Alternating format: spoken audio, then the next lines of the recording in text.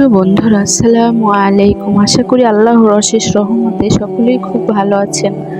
আজকে আমি আপনাদের বলবো হযরত ইলিয়াস আলাইহিস সালাম জীবিত আছেন কিনা সে সম্পর্কে। তাফসিরে মাযহারিতে উল্লেখ রয়েছে যে হযরত ইলিয়াস আলাইহিস সালামকে একটি অগ্নি ঘোড়ার উপর আরোহণ করিয়ে আসমানে উঠিয়ে নেওয়া হয়েছে। তিনি হযরত ইলিয়াস আলাইহিস সালামের ন্যায় এখনও জীবিত আছেন। আল্লামা সুয়ুতী রহমতুল্লাহি এর এক বর্ণনা দ্বারা পরিষ্কার বোঝা যায় যে তিনি জীবিত আছেন। হযরত কাব আহবার রাদিয়াল্লাহু হতে বর্ণিত আছে যে চারজন নবী এখনও জীবিত আছেন। দুজন পৃথিবীতে, তারা হলেন হযরত খিজির আলাইহিস সালাম আর একজন হযরত ইলিয়াস আলাইহিস সালাম।